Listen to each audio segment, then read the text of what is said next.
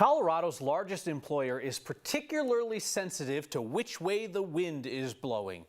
It can mean the difference between business humming along and things grinding to a halt at Denver International Airport.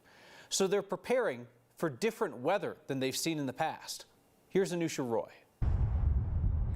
Yesterday evening, winds gusted as high as 36 miles an hour. Southwest said there was a brief ground stop as we tracked a flight circling around DIA. It stacks airplanes up. When we pulled back, we saw the airborne traffic. Depending on where they're coming from, they're typically an hour and they can hold 30 minutes to an hour in a hold, and then they have to make a decision whether they're going to stay and continue to hold if they know they're going to get in, or they're going to have to make a decision to go to an alternate. It's a well-orchestrated song and dance that everyone from air traffic control to pilots are trained for. Airplanes in a racetrack holding pattern at various altitudes.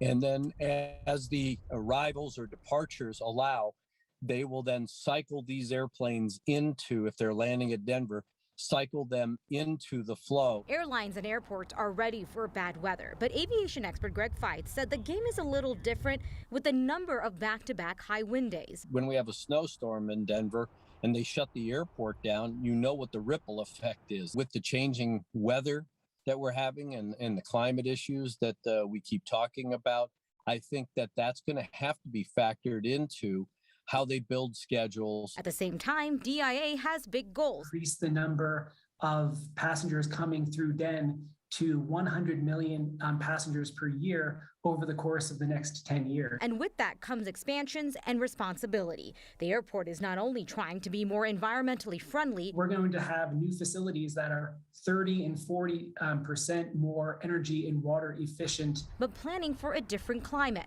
whether that's building out the airport to be ready for storms to change over the next several decades, or making sure they can keep the airport cool efficiently and cut down emissions, knowing as the state warms up, it'll be used more. We know those demands are only going to increase over time. So that means the concourse expansions are being built to be environmentally friendly, low carbon emissions, 100 acres dedicated to solar energy. But ultimately, it is up to the FAA to decide if a flight can or cannot take off and land. They said that they rely heavily, Kyle, on the National Weather Service. Every one of their air traffic control centers have multiple meteorologists from there to give minute-by-minute weather conditions to decide can you or can you not take off or land.